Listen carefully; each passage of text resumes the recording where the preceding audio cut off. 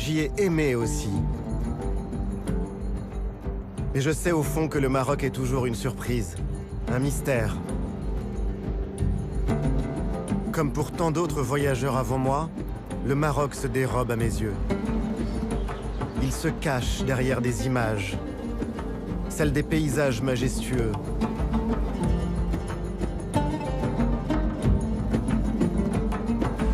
Celles des ruelles, des médinas. Vous y avez marché, moi aussi.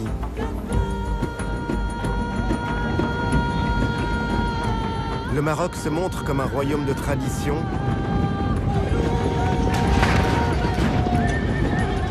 C'est aussi un pays entré de plein pied dans la modernité.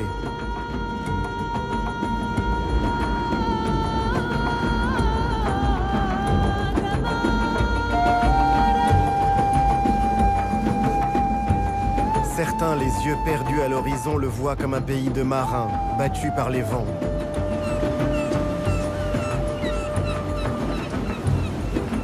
D'autres, au contraire, ont cru trouver la vérité du Maroc dans les montagnes et les vallées de l'Atlas.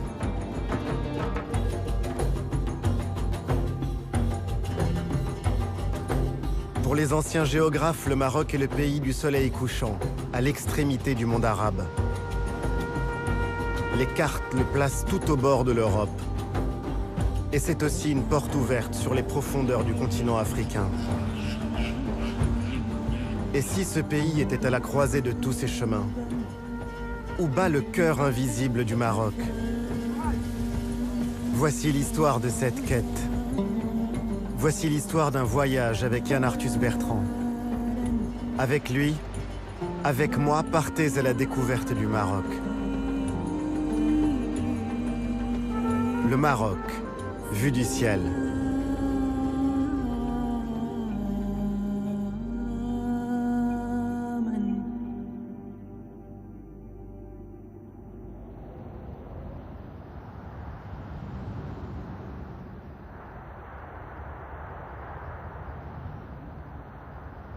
Par quoi commencer? Pourquoi pas par là où tout a commencé, loin de la mer, sur ces falaises du massif du Zarhoun qui bordent le sud du Rif, là où le Maroc est né.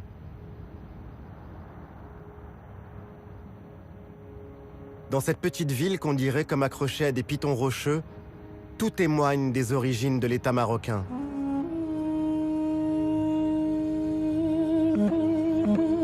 La ville de Moulay Idriss raconte ses temps anciens, ces jours de la fin du 8e siècle quand ce descendant du prophète qui fuyait l'Orient et les persécutions était venu trouver refuge sur ces lointaines terres berbères.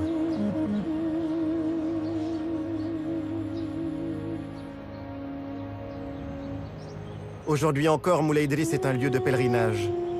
On passe cette porte pour admirer le mausolée du fondateur de la première des dynasties, les fontaines, les écoles coraniques.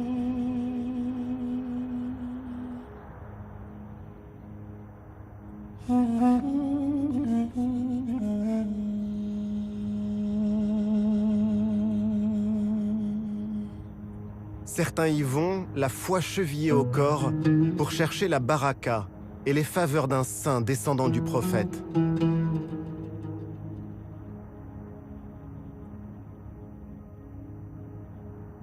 D'autres gravissent les falaises de Moulay Idriss pour admirer la plaine et en contrebas, une ville plus ancienne encore. Volubilis. Volubilis aux plusieurs vies. On lit dans ces ruines comme dans un livre. Dans cette cité prospère de l'Empire romain ont vécu berbères, juifs, chrétiens puis musulmans. On devine encore la splendeur des riches demeures, ces sols ornés de mosaïques. Chacune d'elles raconte une histoire. Les 12 travaux d'Hercule, ce héros un peu marocain.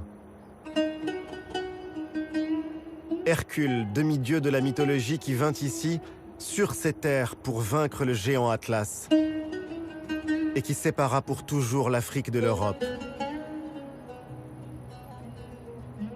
Hercule qui a tout changé.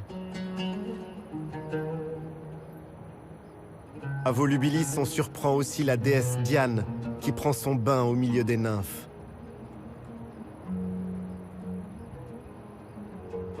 Ces ruines disent encore les croyances qui se superposent. Des dieux de la mythologie aux vestiges d'une basilique chrétienne.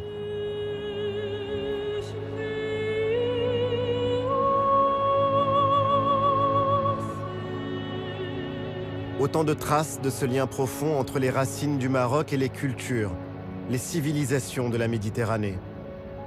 Le Maroc est ancré en Afrique. Il est aussi presque européen. Car avant tout, le Maroc est profondément méditerranéen. Toute son histoire en atteste, à commencer par les dynasties qui s'y sont succédées. Après Moulay Idriss et Volubilis, c'est à Méknès et à Fès que l'on remonte le mieux le temps. Méknès, la rivale de Fès. La ville de mon père. Dans les réunions de famille, on s'amuse de cette rivalité. Tout est prétexte à polémiquer et à rire entre les deux villes voisines. Les variantes dans les recettes de cuisine, les différences de caractère ou les traditions.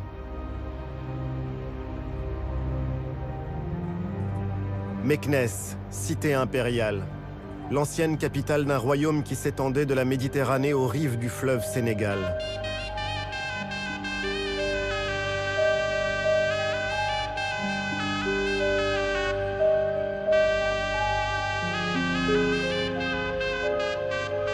Comme Versailles raconte Louis XIV, Méknès raconte son contemporain, le roi Moulay Ismaïl.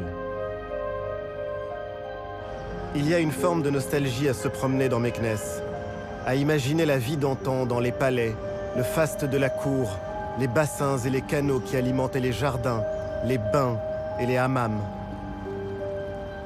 Imaginez aussi ces écuries aujourd'hui en ruine qui pouvaient accueillir jusqu'à 10 000 chevaux.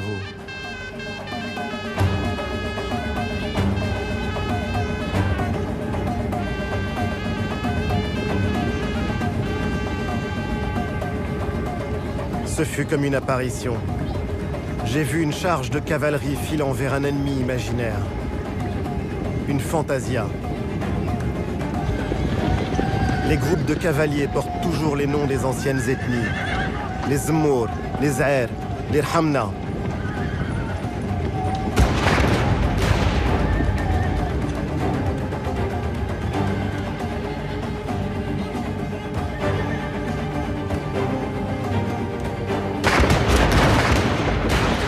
Cette démonstration de force, de panache et de courage, ces montures qu'on dirait prêtes à s'envoler ont fasciné les peintres orientalistes et le plus grand d'entre eux, le français Eugène Delacroix.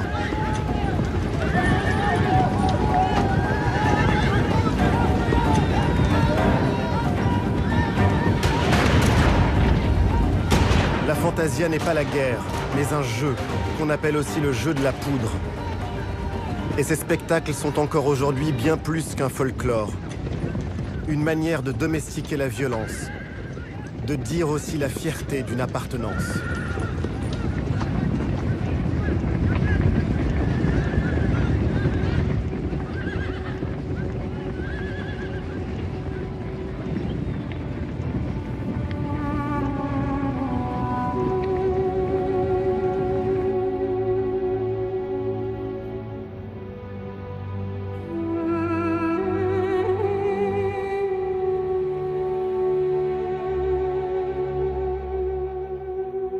Un autre pan de mon histoire et de ma géographie.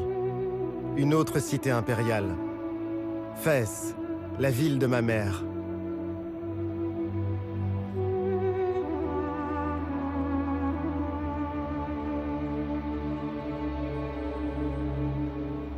J'ai voulu arpenter les ruelles si étroites de Fès Libelli, le vieux Fès. Certaines ne font que 50 cm de largeur. Un labyrinthe où le désordre n'est qu'apparent. Pour se promener dans Fès, il faut s'abandonner, s'ouvrir à la surprise.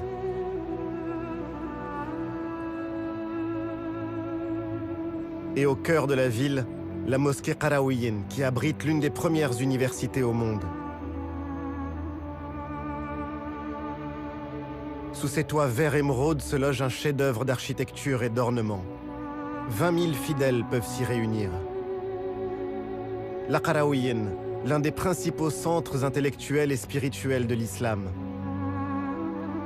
L'université a été fondée au IXe siècle par une femme, Fatima al-Fihriya, dont on dit qu'elle y a investi toute sa fortune.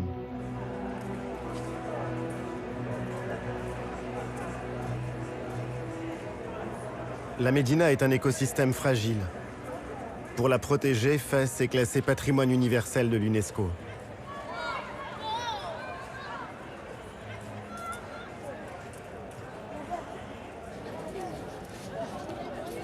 Depuis quelques années, la vieille ville de Fès renaît. Ses monuments, ses maisons sont restaurés. Les habitants ont retrouvé la fierté d'y vivre. La Médina a été sauvée. Ses traditions aussi. Comme le travail de ces tanneurs au milieu de cuves parfois centenaires. Un travail dur, épuisant. Les odeurs sont si puissantes que les tanneries sont à l'écart des quartiers résidentiels. Les colorants chimiques sont apparus, mais ils n'ont pas remplacé les pigments naturels extraits des plantes ou de la terre du Maroc. Ces tanneurs gardent la mémoire de ce qu'il y a de plus beau dans l'artisanat marocain. Des babouches à la maroquinerie jusqu'aux selles des chevaux et aux manuscrits les plus précieux. Ces savoir-faire perpétuent un patrimoine toujours vivant aujourd'hui.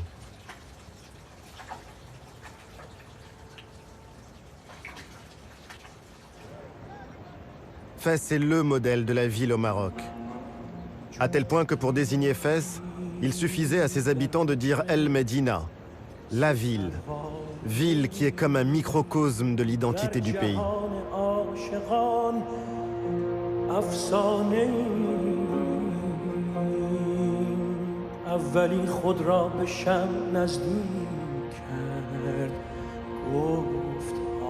Où est l'identité du Maroc finalement?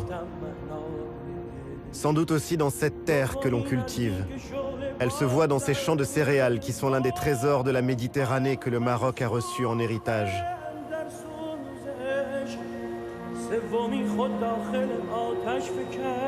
Les céréales sont à la base de la cuisine marocaine. On extrait le cœur de la graine, la farine fleur pour la pastilla. On travaille le blé dur pour le couscous. Chaque région a son pain.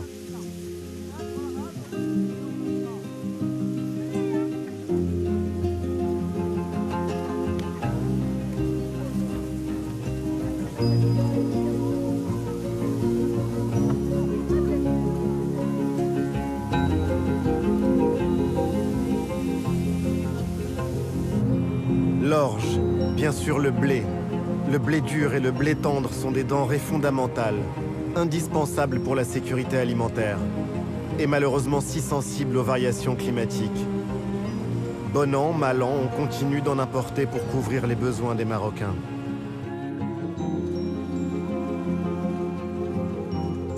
La culture la plus célèbre est sans doute maraîchère. C'est la tomate du Maroc. Ce qui pousse ici est pour l'essentiel destiné au marché intérieur. On y trouve des pois, des lentilles, des fèves. Ces légumineuses qui ont été la nourriture de base des hommes dans toute cette région du monde.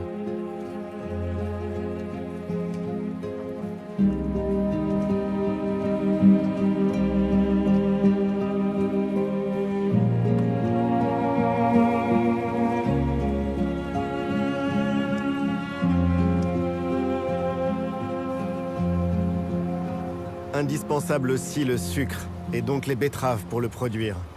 On offre encore du sucre dans les grandes occasions. C'est une manière de partager la joie, et au moment des décès, le sucre adoucit la douleur.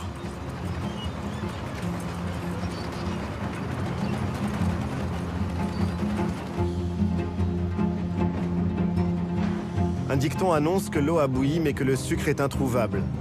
Impensable d'imaginer le thé à la menthe sans sucre. Mais cette phrase cache aussi une vraie philosophie. On peut penser tout avoir, mais vient à manquer l'essentiel, et alors on n'a plus rien.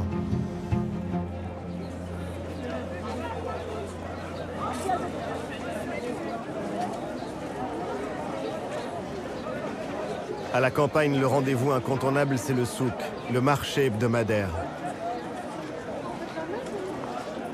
Même à l'heure du téléphone portable et d'Internet, le souk étant lui-même un vrai réseau social. On y vient bien sûr prendre des nouvelles des proches. On y parle de la pluie qu'on attend, qu'on espère. La pluie, absolument déterminante dans un pays toujours exposé à la sécheresse. C'est elle qui remplit ou qui vide les étals dans les marchés. C'est elle qui décide de la pénurie ou de la prospérité.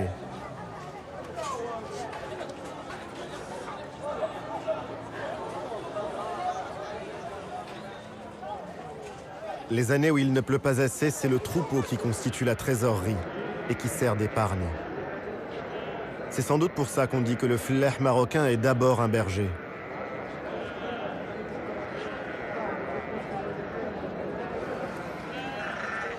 Longtemps, servir à ses invités de marque une autre viande que l'agneau était une offense. Bien sûr, les choses ont changé, mais le méchoui reste incontournable pour les cérémonies et pour les fêtes.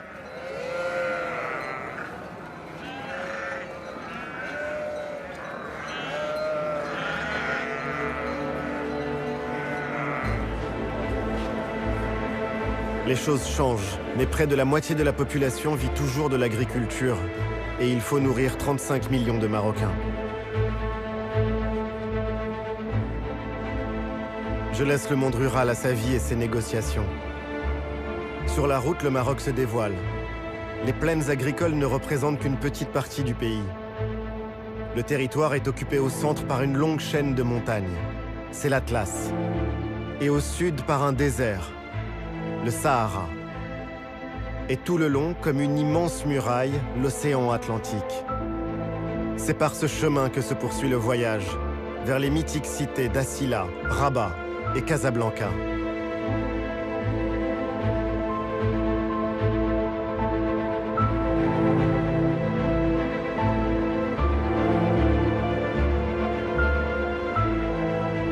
L'océan Atlantique à perte de vue plein sud.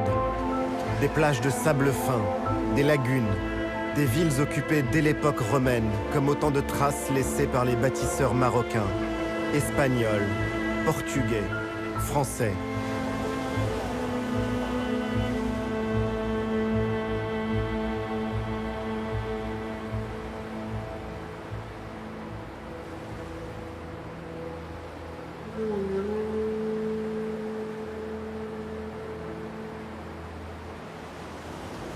Les médinas situés sur le front marin ont toujours été menacés. Il faut dire qu'au bord de l'océan, l'ennemi venait du large. Les remparts comme ceux d'Assila racontent ces heures de l'histoire où il fallait constamment se préparer à être attaqué, pilonné depuis la mer. Ça faisait partie de la vie.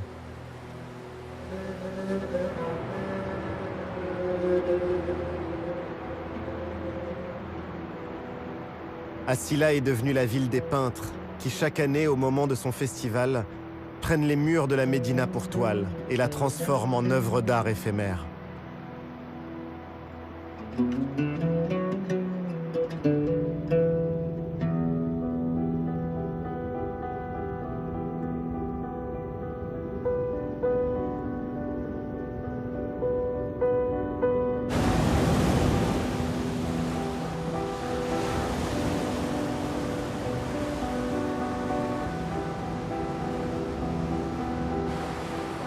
Domestiquer la mer et vivre avec, chercher à la vaincre.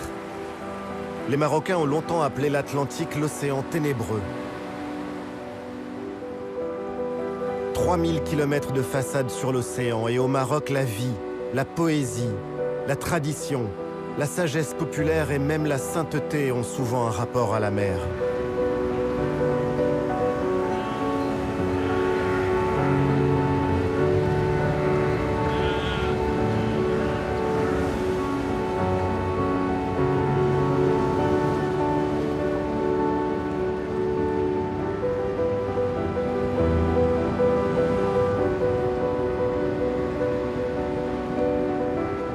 Au XVe et XVIe siècle, l'Inquisition condamnait les Marocains qui cherchaient à apprendre et maîtriser les techniques de navigation, ce qui leur était formellement interdit.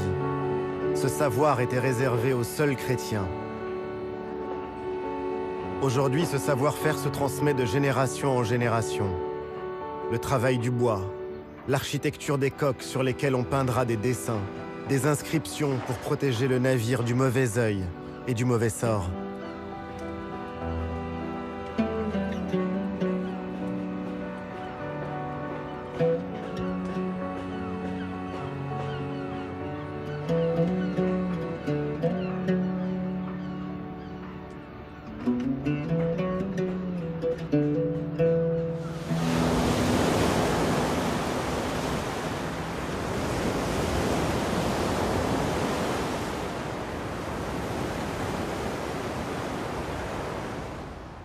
J'ai vu Rabat comme je ne l'avais jamais vu. J'ai marché dans les ruelles peintes de chaux blanches et bleues des Oudayas, ce quartier qui tient son nom d'une ancienne tribu. J'ai longé les remparts jusqu'à la tour des pirates qui rappelle le passé corsaire de Rabat. Ces navigateurs sans peur qui, au XVIIIe siècle, écumaient les mers jusqu'à l'Islande.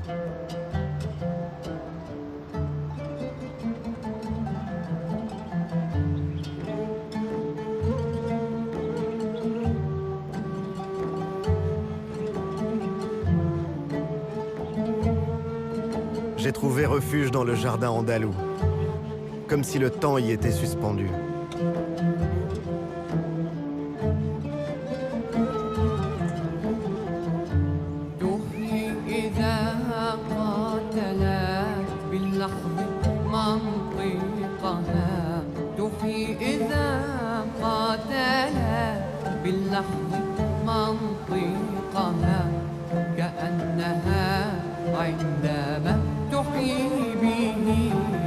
La cité corsaire est un souvenir présent dans les livres d'histoire, dans les contes et les imaginaires. Aujourd'hui, Rabat est la capitale du Maroc indépendant. Je suis donc allé méditer sur la tombe du père de l'indépendance marocaine, Mohamed V.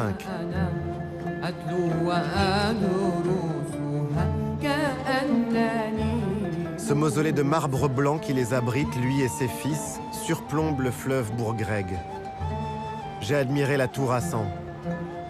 Son bâtisseur, le roi Yaqub el-Mansour, rêvait au XIIe siècle d'en faire la plus grande mosquée du monde musulman d'Occident. Seul le minaret résista au terrible tremblement de terre de 1755.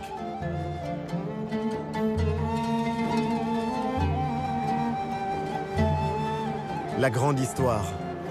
Et puis mon histoire. Je suis allé prier sur les tombes des miens au grand cimetière des Chouhada, le cimetière des martyrs qui borde l'océan.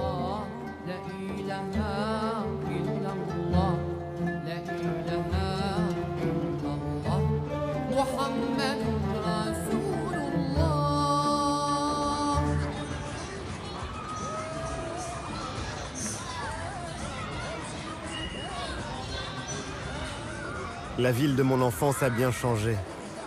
Ce n'est plus cette belle endormie où je passais mes vacances. La ville s'est modernisée.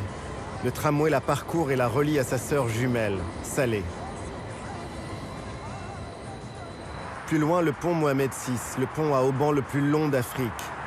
Il ouvre Rabat sur le reste du pays. Ce pont évoque surtout un pays en plein changement. On franchit une nouvelle étape. Loin des images d'Épinal, celle d'un pays figé dans ses traditions. Le royaume est en plein développement.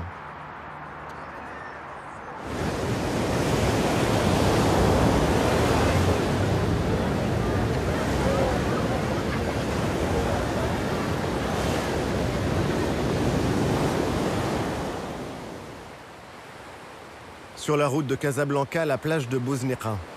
Les riches Casablancais y ont des maisons d'été, imposantes, luxueuses. Ces grandes villas ont remplacé les cabanons de bois qui dataient pour certains du protectorat. On en trouve encore quelques-uns dans la baie voisine de Dahomey. Ils sont exposés à l'érosion et aux marées.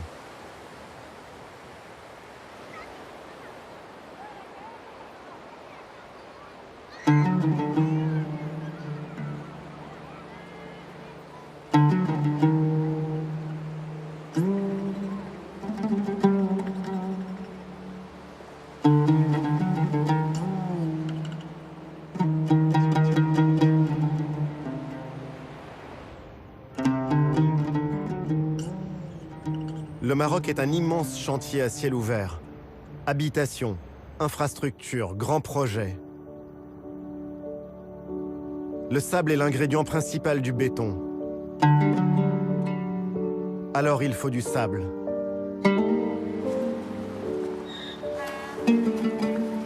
On a du mal à croire que le sable soit devenu un produit stratégique, rare et recherché.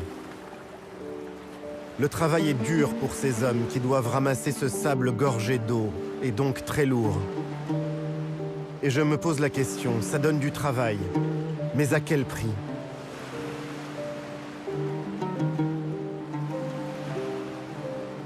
La demande est forte, son cours est élevé. Gratuit et abondant, le sable marin n'est pourtant pas une ressource illimitée. Dans de nombreux endroits, son extraction abusive met en péril le littoral et participe à l'érosion des plages. Ce ne sont bien sûr pas quelques ânes qui mangent les falaises. Ailleurs, d'autres utilisent des machines et des camions pour le transporter.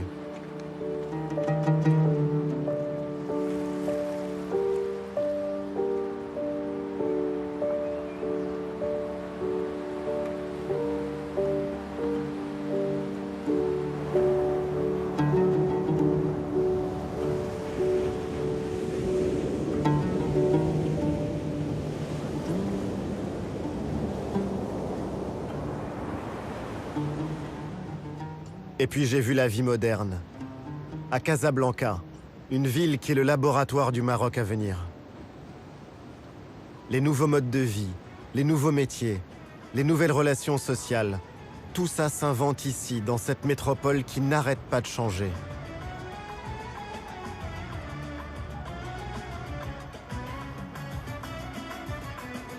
Casablanca, c'est le cœur palpitant de l'économie marocaine.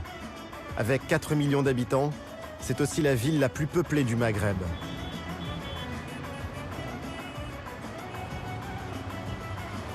Casablanca est une métropole éclatante de vie, où cohabitent la richesse et la pauvreté. Une ville jeune, à l'image du pays dont un quart de la population a moins de 15 ans.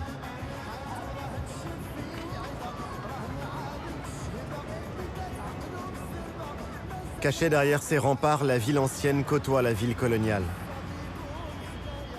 Cette ville a été pensée, conçue, dessinée pour être la capitale économique du Maroc il y a maintenant 100 ans.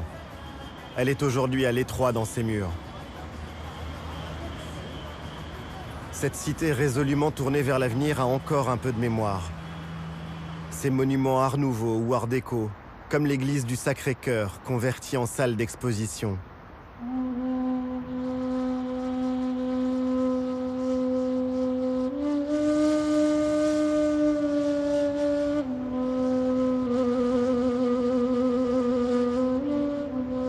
Mais les regards se portent désormais vers l'océan. La fierté des Casablancais, c'est une mosquée. Posée sur la mer, la mosquée Hassan II. C'est l'une des seules mosquées du Maroc ouvertes aux non-musulmans. Avec son minaret de 200 mètres, c'est le monument religieux le plus haut du monde.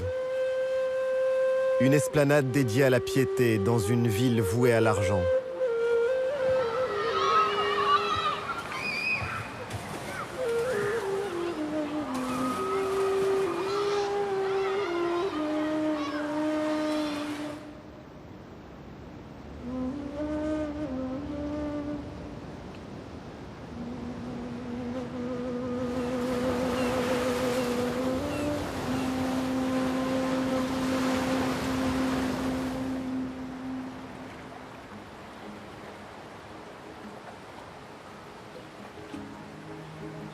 Les pêcheurs, ce peuple de la mer qui est aussi le peuple de la nuit et du petit matin. Ces hommes vivent au rythme des saisons et des migrations des bancs de poissons.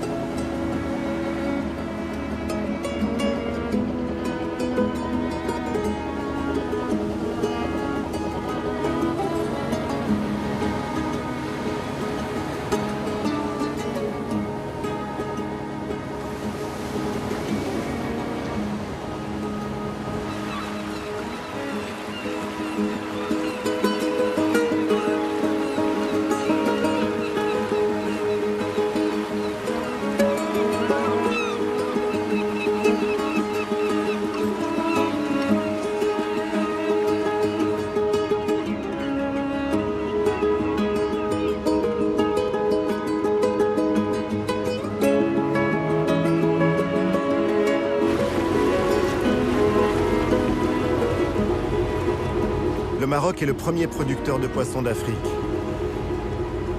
La pêche est aujourd'hui l'une des principales ressources du pays. Elle emploie plus de 300 000 personnes. Elle est à l'image du Maroc, diversifiée, à la fois artisanale mais aussi industrielle. Pajot, dorade, sard, sardines, merlus, poulpes. La plupart des poissons pêchés se retrouveront dans les marchés et les assiettes d'Europe jusqu'à l'Asie du Sud-Est et au Japon.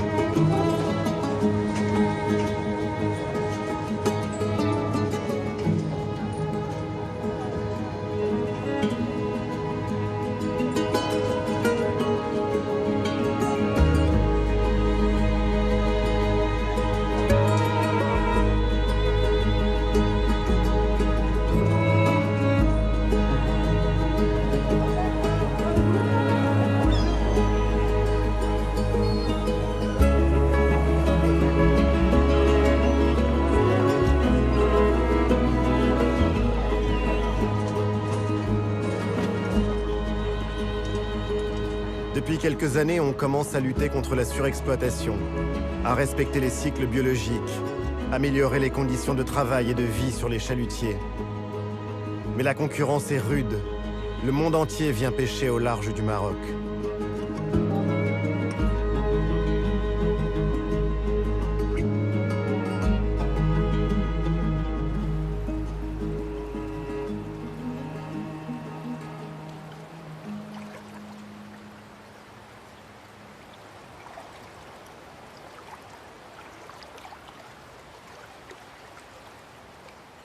C'est cette même mondialisation qui fait vivre les pêcheurs d'algues de la région d'El Jadida et qui tout à la fois en épuise les ressources.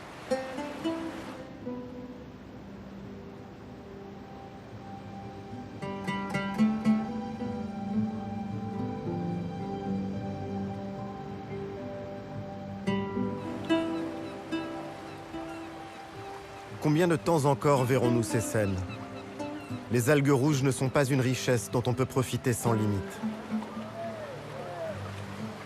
Ramassées, séchées au soleil, ces algues sont utilisées dans l'industrie pharmaceutique ou cosmétique. Transformées par la chimie, elles serviront à fabriquer l'agar-agar, ce gélifiant végétal utilisé par les groupes agroalimentaires. La demande est forte. Seule une infime partie de cette manne reviendra à ces femmes, à ces hommes qui récoltent les algues quelques mois par an.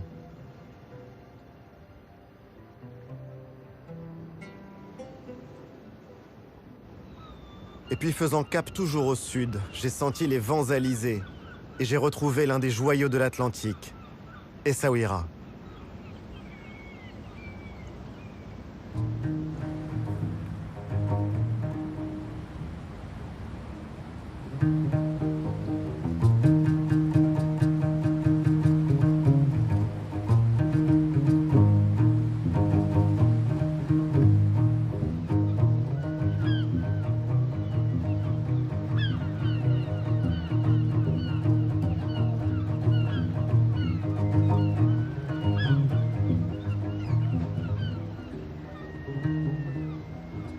Essaouira, cette ville entre deux mondes qui vit au rythme de la musique gnawa.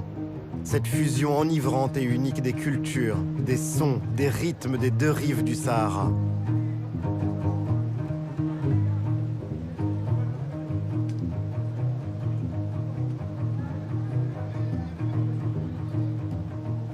Longtemps, une caravane de 10 000 chameaux reliait Essaouira à Tombouctou et poussait ses relais jusqu'à Saint-Louis au Sénégal.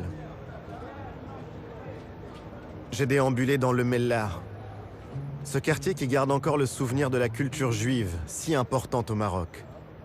Les murs, les maisons témoignent de ce glorieux 19e siècle, quand celle qu'on appelait Mogador était une plaque tournante du commerce international.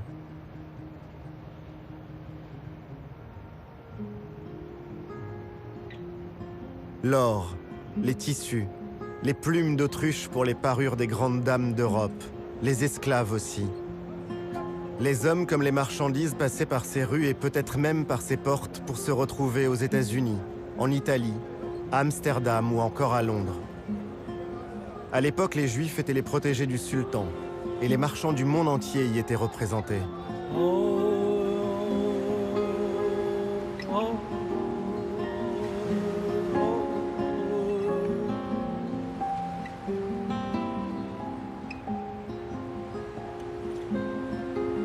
Partout au Maroc, les quartiers juifs portent le nom de Mellah, un mot dont l'origine vient du sel. Certaines activités de salaison et de conservation ont longtemps été réservées aux Juifs marocains. Pendant des siècles, l'histoire du Maroc s'est confondue avec ce commerce, quand le sel était au centre des échanges de la Méditerranée jusqu'au sud du Sahara. Du sel contre l'or du Ghana.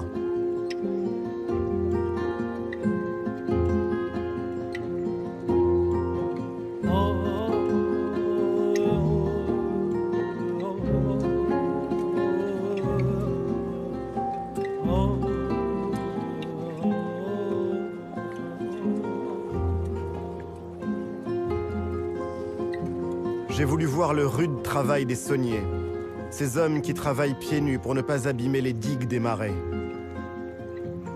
Je me dis que ces différentes scènes, toutes ces strates ne disent qu'une seule et même histoire, celle d'un pays qui s'est inventé au carrefour de grandes routes commerciales. Le sel marque bel et bien une étape dans ce voyage. Cette fois, la Méditerranée s'éloigne pour de bon. Le sel et la brise des Saouira annoncent l'Afrique.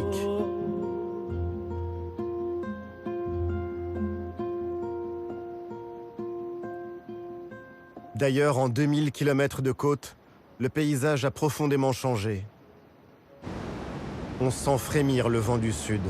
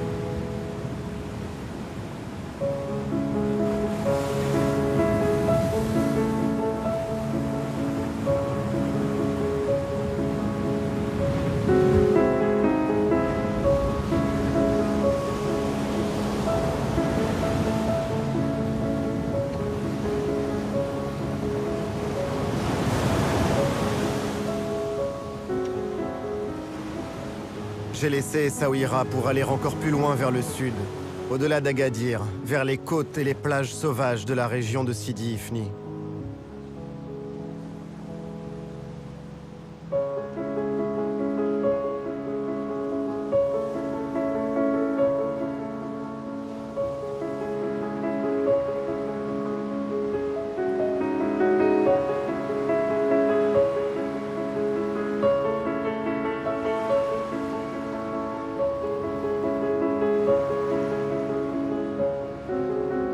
Contempler encore une fois les arches de l'Exila.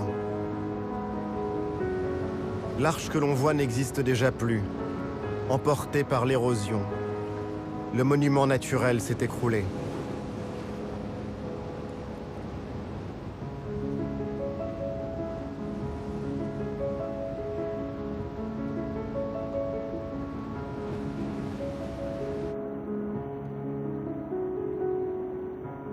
J'ai cherché la paix dans la zone protégée du parc naturel de Khnifis. Un panorama unique où se croisent l'océan, le désert et la lagune.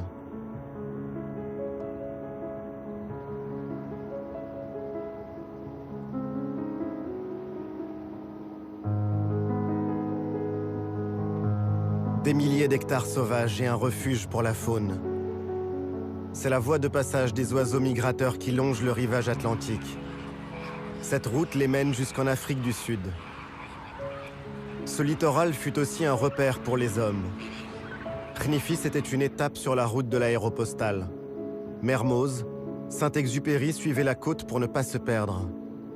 C'était alors leur seule chance de franchir le désert.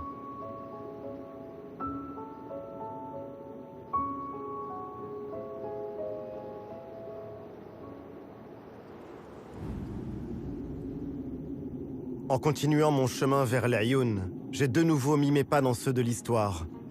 La Marche verte, partie de Tarfaya en 1975. Tous les enfants du Maroc connaissent cet épisode par cœur. Cette grande marche pacifique qui mena 350 000 Marocains jusqu'au seuil de la Sagia al-Hamra. Une marche qui libéra ces territoires du sud de l'occupation espagnole.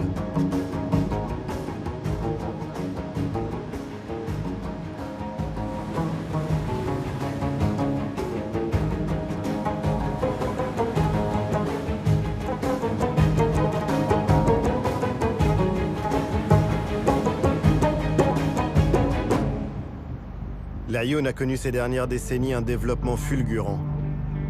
L'ancien petit campement de l'époque coloniale est devenu le principal centre urbain des provinces du Sud. La population y a plus que doublé en 40 ans. Autour de la grande place du Méchoir, la ville s'est agrandie avec ses infrastructures, ses banques, ses administrations et ses entreprises. Comment imaginer qu'à la place de cette ville en plein désert, il n'y avait encore récemment que des traces de passage de tribus nomades? Partout, de grands chantiers sont lancés pour développer l'économie de la région. Et le Maroc attend que sa souveraineté sur le Sahara soit entérinée par l'ONU.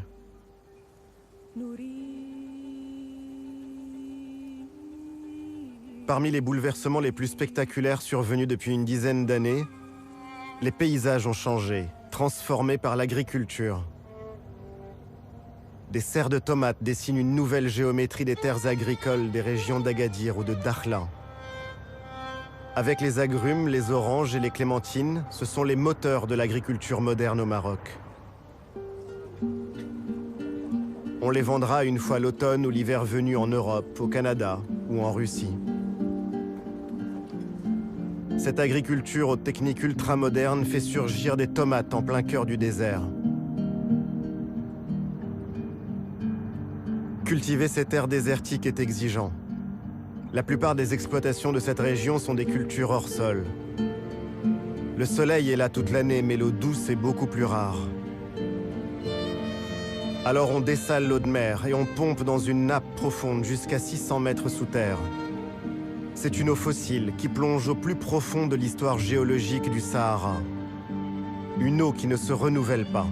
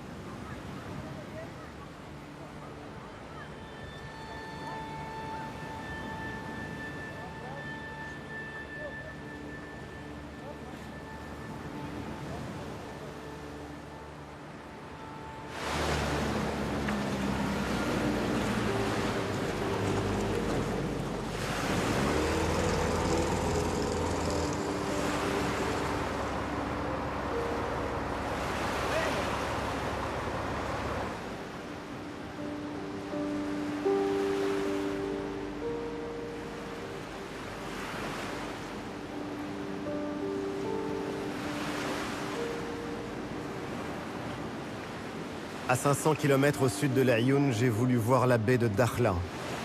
Et encore un autre visage du Maroc qui bouge. Qui aurait pu imaginer il y a encore 20 ans qu'on y assisterait à ces scènes futuristes? Que le vent et la lagune feraient de Dakhla l'un des spots de kitesurf les plus courus au monde. Le terrain de jeu idéal pour les sportifs et les passionnés de cette discipline. Mais Dakhla, ce n'est pas seulement ça.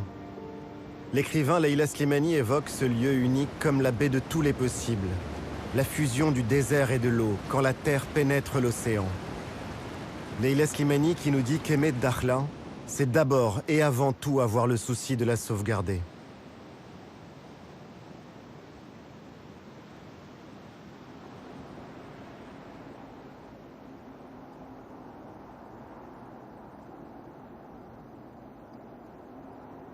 J'ai quitté Dakhla pour remonter vers les montagnes. Je suis au bout de ma route atlantique. Et je vais maintenant prendre un cap bien différent. Je veux remonter dans les vallées et les contreforts de l'Atlas, toujours à la recherche du cœur du pays. Vers le village d'Amtuddi, puis la vallée d'une Fis dans le lit de cette rivière sur la route de Marrakech.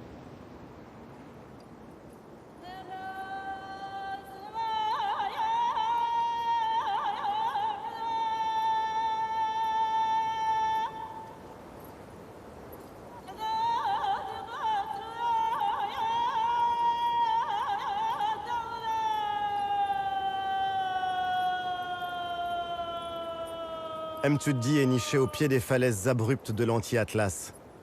Près de 300 familles vivent encore ici, au creux de cette vallée. Le contraste est fort. À peine quelques centaines de kilomètres nous séparent des grandes villes de la côte. Et pourtant on fait ici un saut dans le temps. On trouve des traces d'occupation humaine jusqu'à 10 000 ans avant Jésus-Christ. Des gravures rupestres montrent des éléphants, des girafes, des rhinocéros ou encore des autruches.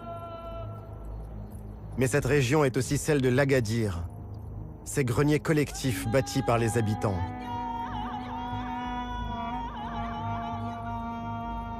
Et j'ai vu celui d'Idaïssa, accroché sur un piton rocheux à 30 minutes de marche du village.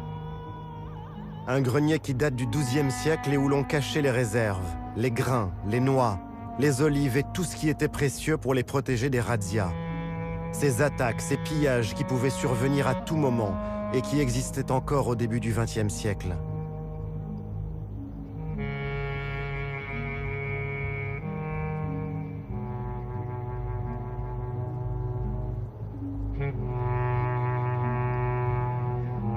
Le spectacle de ces fortifications rappelle la précarité de la vie en ces temps anciens, quand les hommes et leurs biens suscitaient les convoitises.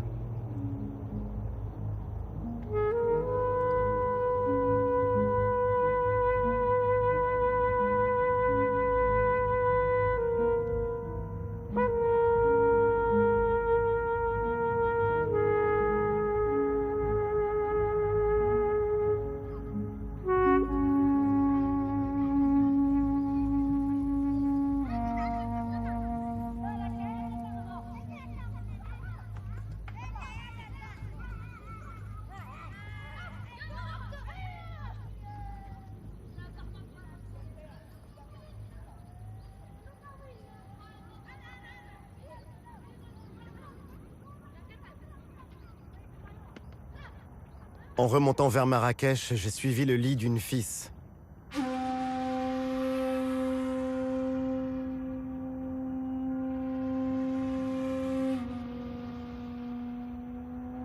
Dans ces vallées vertes où persiste encore la vie en hameau, chacun d'eux rassemble une famille ou un clan.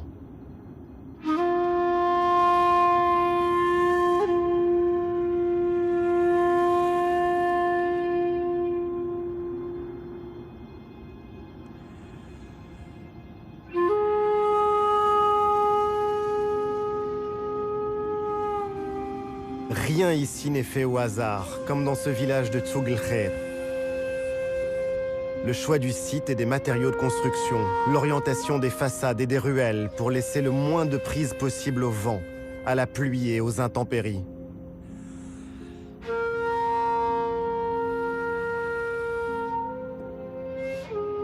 Dans le langage d'aujourd'hui, on dirait que ce sont des modèles d'architecture bioclimatique.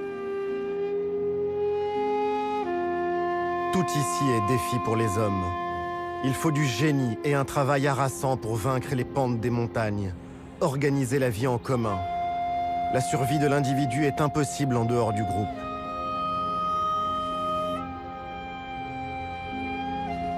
Le visiteur peut avoir l'impression que ces villages, ces hameaux sont repliés sur eux-mêmes. Pourtant, tous sont reliés par des pactes d'alliance. On s'entraide, on communique. On se retrouve aussi au moment des fêtes, lors des mariages et dans les moments durs de la vie, comme lors des décès. La solidarité reste forte dans ces vallées, bien plus qu'en ville. L'un des grands lieux de réunion, ce sont les souks. La tradition veut qu'on y dépose les armes en y entrant. Ce sont des espaces où règne la paix entre les familles et les clans.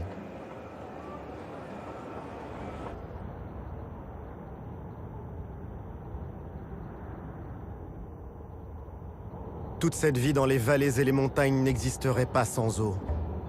L'eau est si précieuse qu'on a appris ici que gouverner, c'est pleuvoir.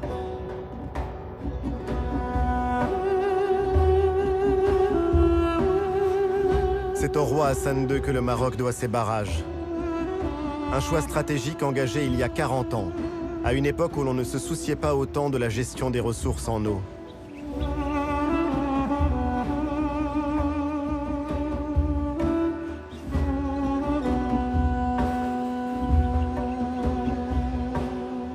Ces ouvrages d'art ont jeté les bases d'une vraie politique hydraulique. Aujourd'hui, près de 140 barrages alimentent les agriculteurs en eau.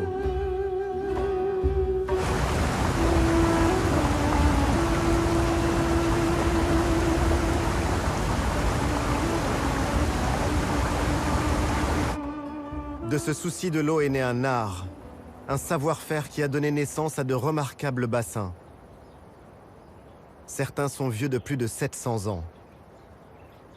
Le bassin de la Ménara est alimenté par un système hydraulique. Il achemine l'eau depuis les montagnes, à 30 km environ de la ville de Marrakech. Ce bassin permet l'irrigation de l'oliveraie qui l'entoure. La Ménara. On ne compte plus les légendes qui sont nées de ce lieu. On raconte que le roi Moulay Ismail y aurait noyé nombre de ses conquêtes après les avoir séduites. D'autres disent que sous le bassin se trouve le trésor que le sultan Abou Bakr ibn Omar aurait rapporté d'Orient. Reste un lieu à part, loin de la folie du centre de Marrakech. Une promenade pour les amoureux.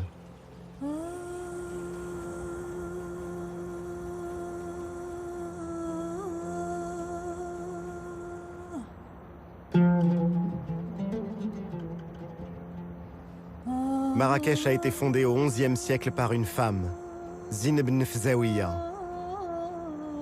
l'épouse du roi Youssef ibn Teshfin qui rêve de conquête. Son mari parti en guerre, Zine ibn Fzawiya s'établit dans cette palmeraie au pied de l'Atlas. C'est elle qui en conçoit les tracés et qui administre ce qui est rapidement devenu une cité prospère.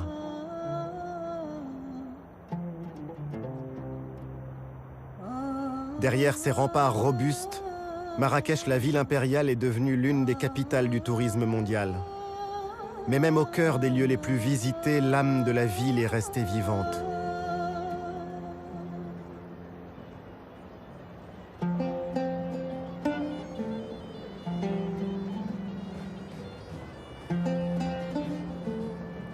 La place Jemaa El Fna reste une scène de spectacle à ciel ouvert. Un lieu où s'entend encore le génie des conteurs, les rires, les prophéties des voyantes, où les discours sacrés côtoient les paroles profanes.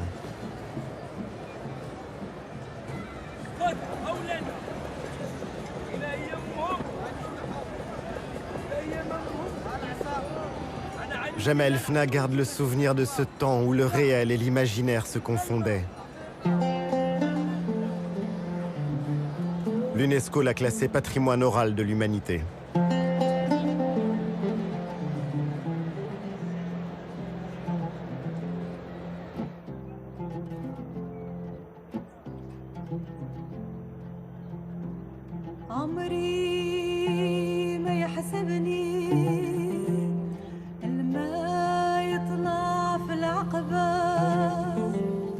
Cette âme de Marrakech, on la retrouve encore en flânant dans les jardins Majorelle, du nom de ce peintre français tombé amoureux du Maroc.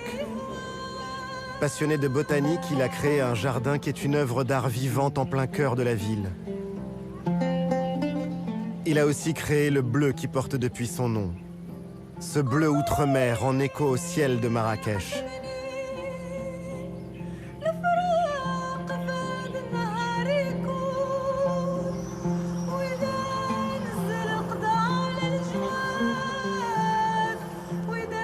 Le bleu et le rouge, celui de la ville et de son monument le plus haut, le minaret de la Koutoubia dont chacune des façades est différente de l'autre.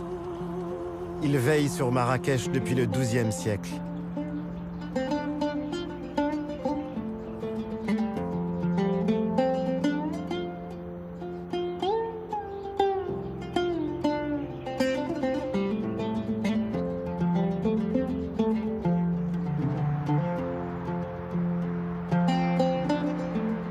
faut dire que la ville s'est considérablement agrandie, et notamment pour accueillir les touristes. Ils sont près de 2 millions à venir chaque année, doublant la population de la ville.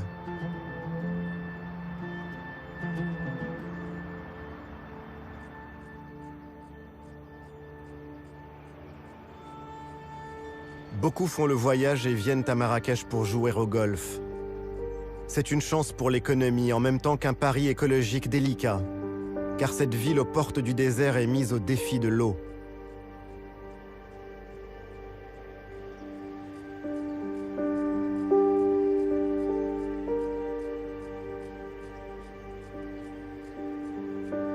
La demande explose et il faut préserver les ressources. Depuis peu, on cherche à maîtriser ce qui peut l'être. Certains golfs sont arrosés avec des eaux usées.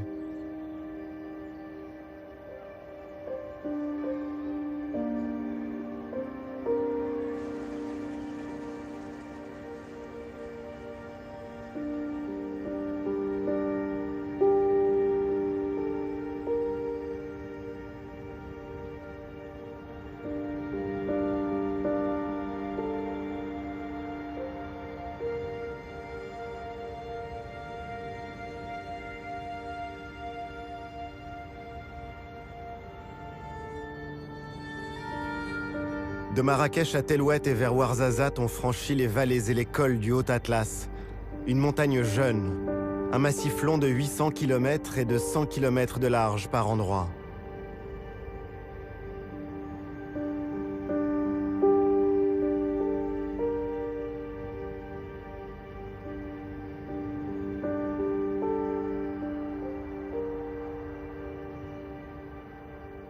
Cette fois, la route nous emmène au plus profond du pays, sur ces sommets enneigés.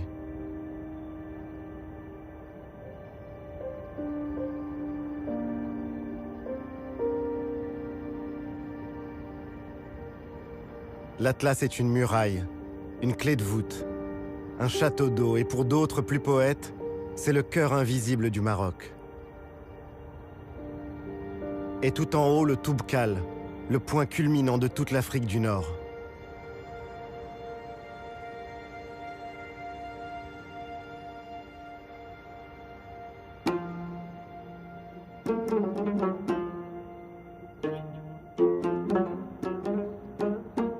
L'histoire de l'Atlas, c'est aussi celle d'un refuge.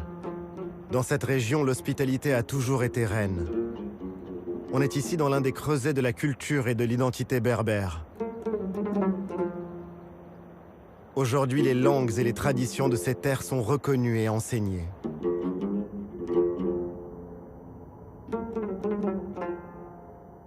Dans les vallées, le verre est toujours différent. Et c'est le signe des prouesses et du labeur des hommes. Les paysans sont de vrais jardiniers. Ils jouent avec les pentes pour acheminer l'eau jusqu'aux plantations.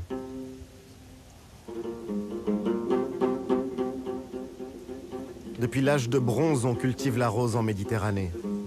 La célèbre fleur s'épanouit dans ces espaces semi-arides. La récolte se fait au lever du jour, quand les fleurs sont encore humides. Cueillies délicatement par les femmes, les fleurs seront vendues au kilo et distillées le jour même.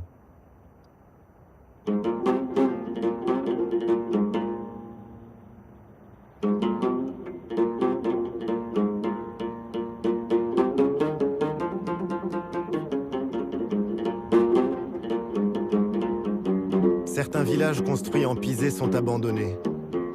De nombreux jeunes quittent la campagne pour aller chercher meilleure fortune ailleurs.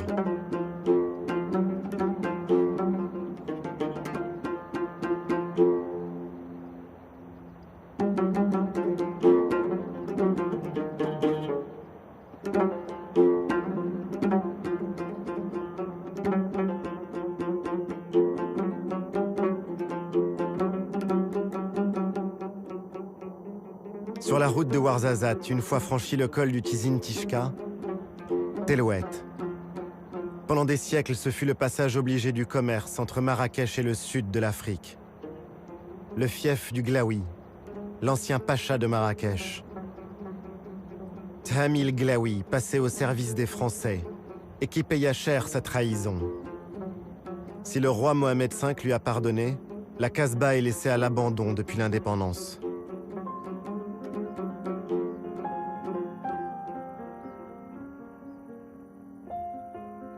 Un gardien l'a fait visiter. Il raconte dans ce décor de marbre et de zélige dorée qui s'effrite, Churchill, Hemingway et les autres visiteurs prestigieux qui ont séjourné ici.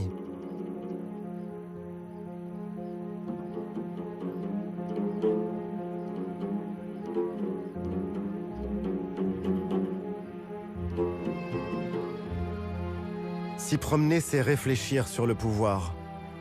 Les grands caïds du 19e siècle voulaient vivre comme des sultans. Mais leur pouvoir était friable, à l'image de leur Casbah.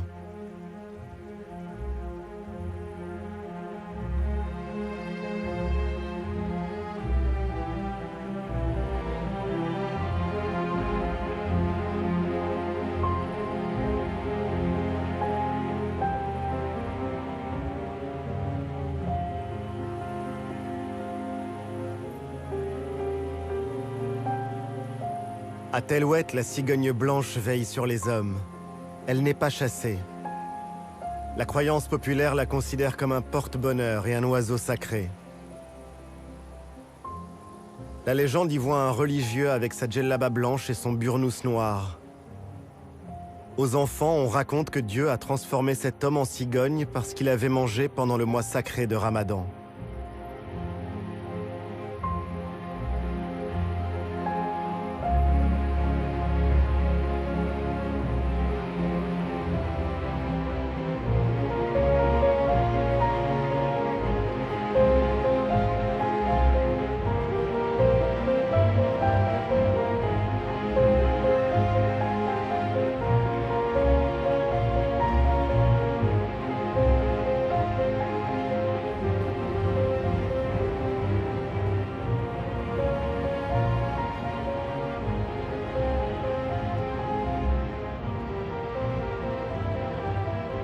En descendant vers Ouarzazate, sur une colline rose, Eitz Ben Hiddou et ses Casbahs.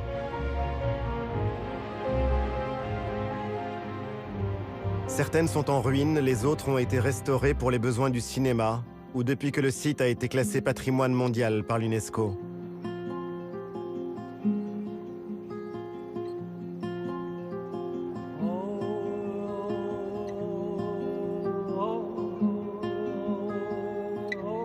Ces terres sont aussi celles de la civilisation du palmier. Le long des vallées du Ziz, du Dadès ou du Dra, c'est l'arbre roi.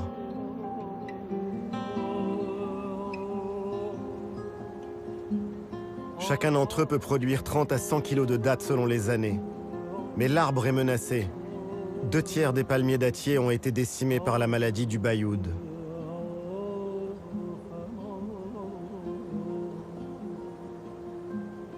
Aujourd'hui, on encourage la plantation de palmiers plus résistants pour aider les villageois. On fait aussi en sorte que la culture et les équilibres sociaux de ces vallées ne disparaissent pas. Pour y arriver, il faut à tout prix développer l'éducation.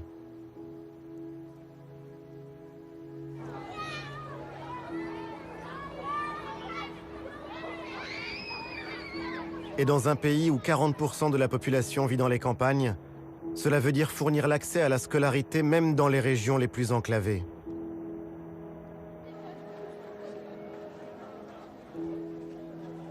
Les filles représentent près d'un écolier sur 2 dans le primaire, mais elles sont beaucoup trop rares à poursuivre leur scolarité dans le secondaire.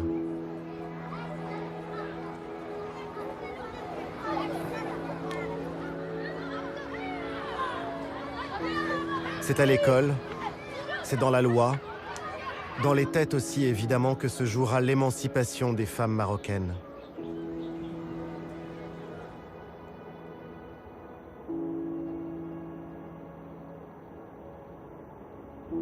Dans la région de Tarfaya, un dicton populaire disait qu'on n'y trouvait que du vent, c'est-à-dire rien.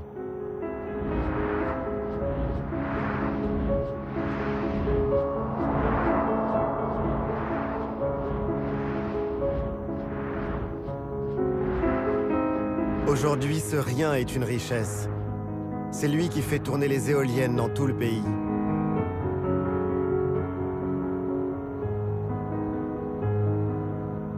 L'économie verte semble avoir profondément pris racine au Maroc.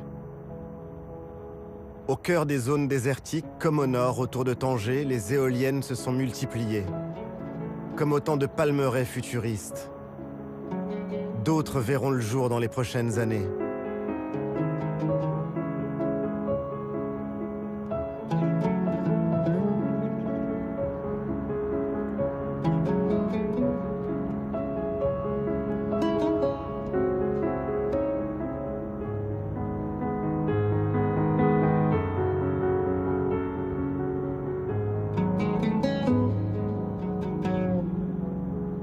Mais l'image la plus spectaculaire de cette transition énergétique, c'est celle de la centrale solaire Noor, près de Ouarzazate. Noor, ça veut dire la lumière en arabe. D'ici 2020, Noor déploiera ses miroirs sur des milliers d'hectares, l'équivalent de 3500 terrains de football, ce qui en fera l'une des plus grandes centrales solaires au monde. La ressource est inépuisable.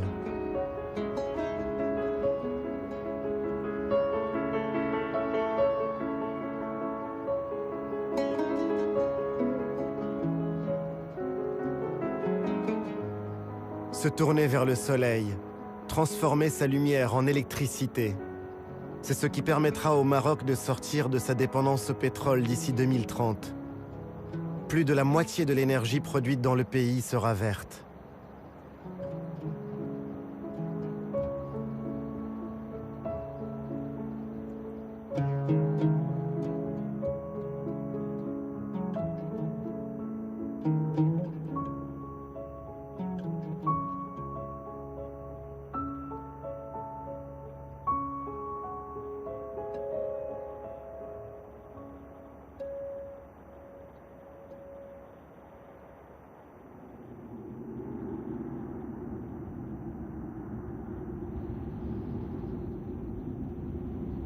Après Noor commence le désert.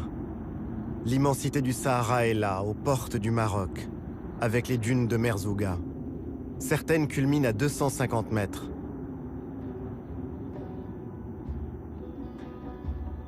Quelque part à l'est, il y a l'Algérie.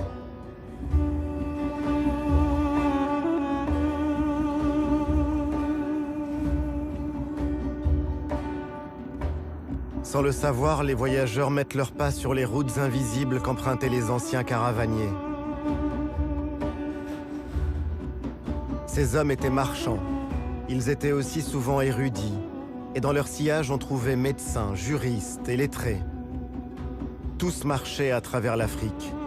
Et avec eux, l'influence culturelle du Maroc se diffusait jusqu'au Sénégal et à la boucle du Niger. Pour ces voyageurs venus des profondeurs de l'Afrique, voir ces dunes signifiait la fin d'un grand voyage.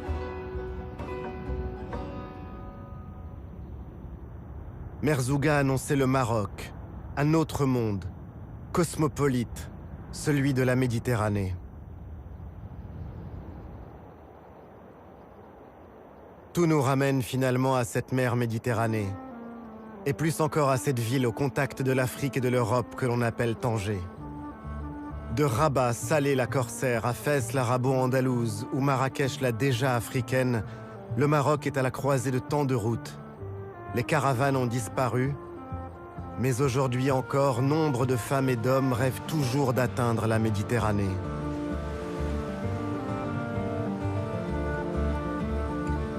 Cette Méditerranée dont les vagues dessinent et sculptent la côte.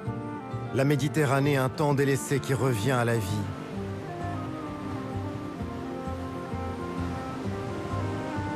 Romains, Phéniciens, Arabes, combien de peuples et d'empires ont contemplé ces falaises? Depuis quelques années, ce sont les Marocains qui se réapproprient leur rivage méditerranéen.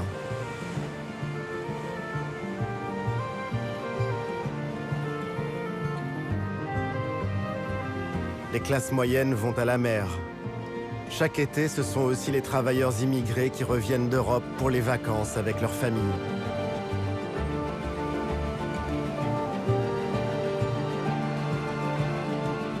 La plage et le soleil ont fait de ces rives de la Méditerranée une côte radieuse. On y croise aussi des Espagnols venus en voisin le temps d'un week-end. C'est un retour de l'histoire dans cette région marquée par les rivalités avec le voisin du Nord. Sous les parasols, on ne se soucie plus des conquêtes. On oublie peu à peu l'époque où la baie d'Al-Hoceïma était l'objet de toutes les convoitises européennes.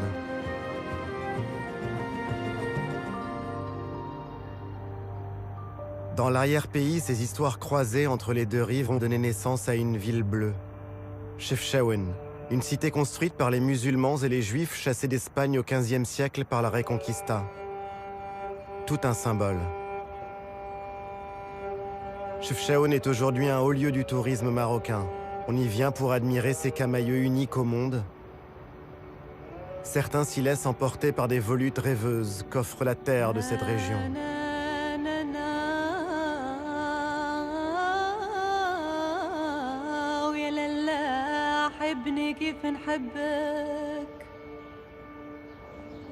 La légende dit que la ville a été peinte en bleu par les Juifs. La couleur devait évoquer le ciel de la Méditerranée et le paradis. D'autres, plus prosaïques, avancent que la chaux blanche et bleue dont sont peintes les maisons est le meilleur des anti-moustiques.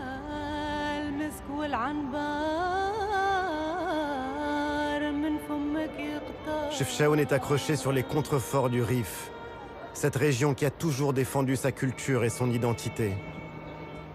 Le Rif est la patrie d'Abdelkrim El-Khattabi, ce héros marocain devenu icône de la lutte anticoloniale.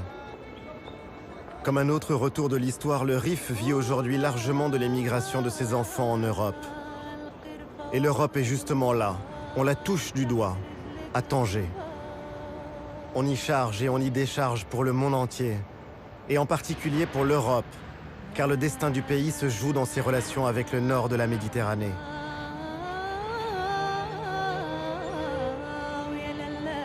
Chaque année, plus d'1,5 million de passagers changent de continent sur ces quais de Tanger. Dans les années 1920, Tanger avait le statut de ville internationale. On y croisait des aventuriers ou des espions. La Belle n'a pas perdu son âme. Elle attire toujours des voyageurs, des écrivains, des peintres venus d'ailleurs. Elle reste cette ville de brassage et de rencontres. Pour les candidats à l'exil venus de toute l'Afrique, Tanger est toujours un rêve. Un rêve d'Europe. Combien sont-ils à attendre de pouvoir traverser le détroit au risque de leur vie, à se retrouver pour prier dans ces églises longtemps restées désertes? Tanger est une ville-monde, un peu à l'image du Maroc finalement. Un pays à la croisée de tous les chemins, de toutes les cultures et des religions.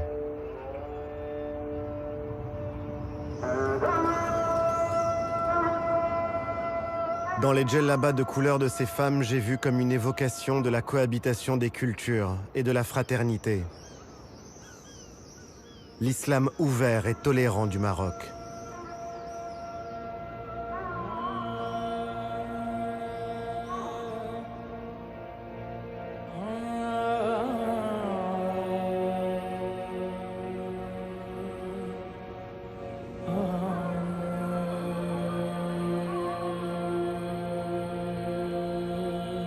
Sur cette esplanade de la Piété, celle de la mosquée Hassan II à Casablanca. C'est l'un des jours les plus importants de l'année, l'Aïd el-Kébir.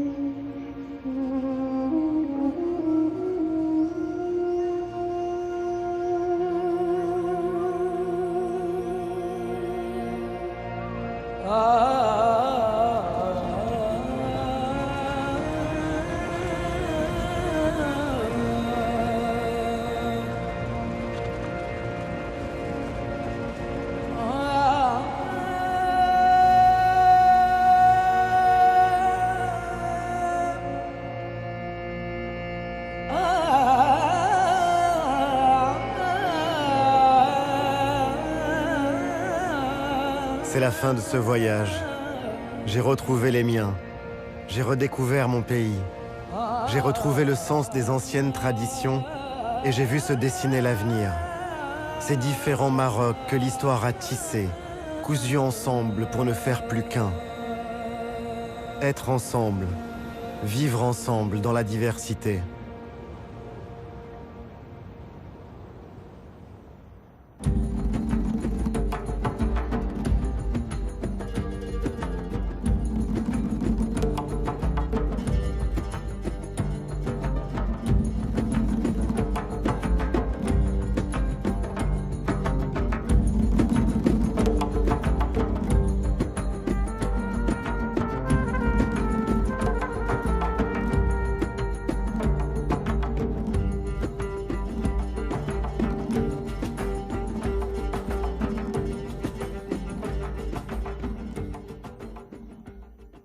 Attention, canicule.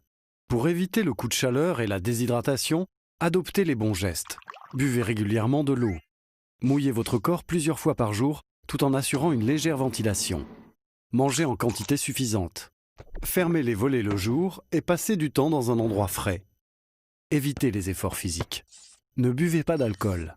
Prenez régulièrement des nouvelles de vos proches. Si vous voyez une personne victime d'un malaise, appelez immédiatement le 15. Ceci est un message du ministère chargé de la Santé et de Santé publique France. Jeudi prochain, Stéphane Bern vous emmène à la rencontre de la reine Margot. C'est sans doute l'une des princesses les plus cultivées de son époque. Fille et sœur de roi, en apparence, son destin est tout tracé. Mais c'est oublier le caractère de Margot, bien vite confrontée à une succession d'obstacles et de tragédies.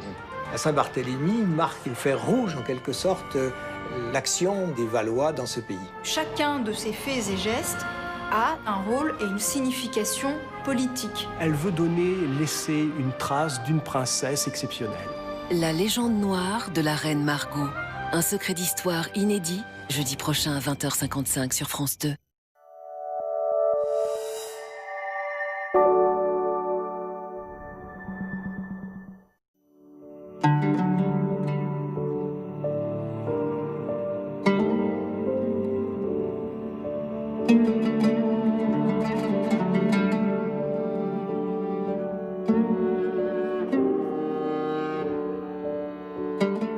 J'ai passé ma vie à courir le monde.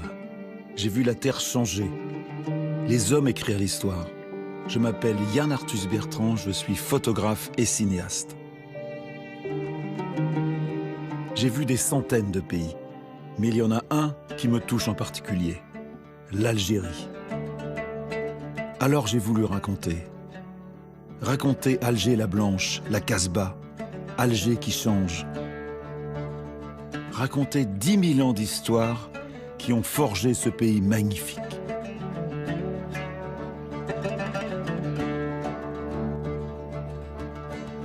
J'ai voulu montrer la Kabylie, prendre la route des vacances avec les Algériens, rêver de Méditerranée.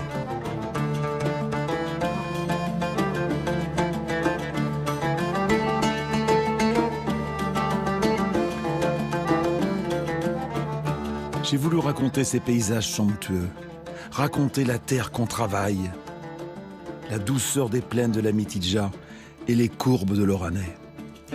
J'ai voulu raconter Oran l'Espagnol, grimper sur le rocher de Constantine, franchir les Aurès.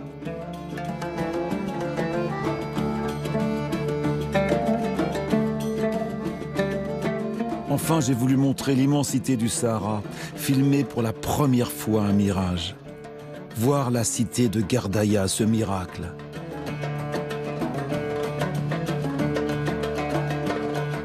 M'enfoncer au plus profond du Grand Erg, franchir le Hogar et le Tassili Nadjer. À la recherche d'une prodigieuse cité unique au monde. La cité de ses phares et ses 15 000 peintures rupestres.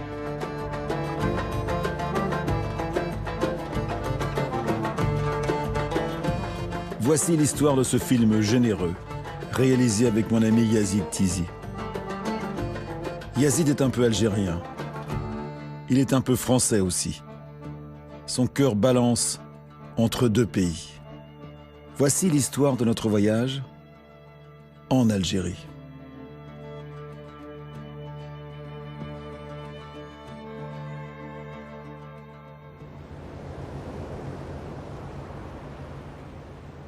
On peut aller à Alger en avion, comme dans n'importe quelle capitale du monde. Mais c'est par la mer que l'on rentre en Algérie.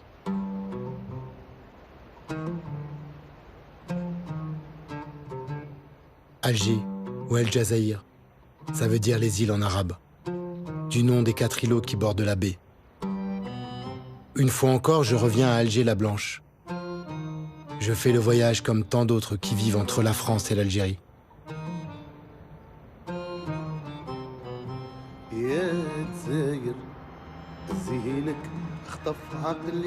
Depuis la mer, on saisit bien l'histoire de la ville. Alger est un mélange d'architecture haussmannienne, imposante, rigide, et de casbah, désordonnée, arabo-berbère, un peu bohème.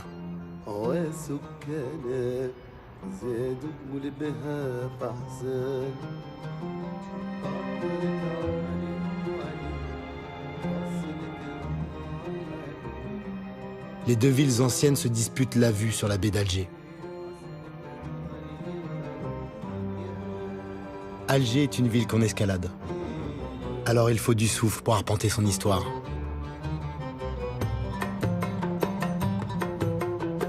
Un grand boulevard ceinture la ville.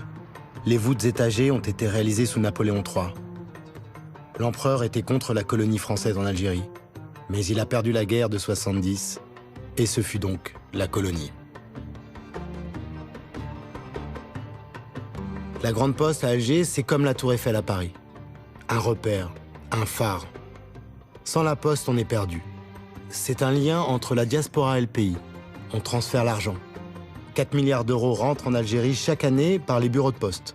Et 7 milliards par les filières informelles. C'est-à-dire les poches de tout le monde. Toutes les générations veillent les unes sur les autres. La densité et l'étroitesse des rues favorisent aussi le climat familial. J'ai poussé la porte de la mosquée qu'on appelle Jama al-Yahoud, la mosquée des Juifs. En fait, c'est une synagogue convertie en mosquée, mais le nom est resté. Elle est dans l'ancienne rue Randon. Maintenant, la rue s'appelle rue Amar Ali, en mémoire du militant FLN, Ali Lapointe.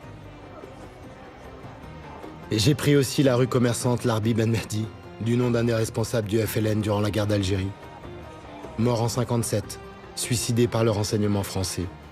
Puis aussi Saïd Bakel, Ali Boumengel, Mohamed Sidoum, Ahmed Chaïb. J'ai un peu la sensation de visiter Alger escorté par l'armée des ombres. C'est troublant.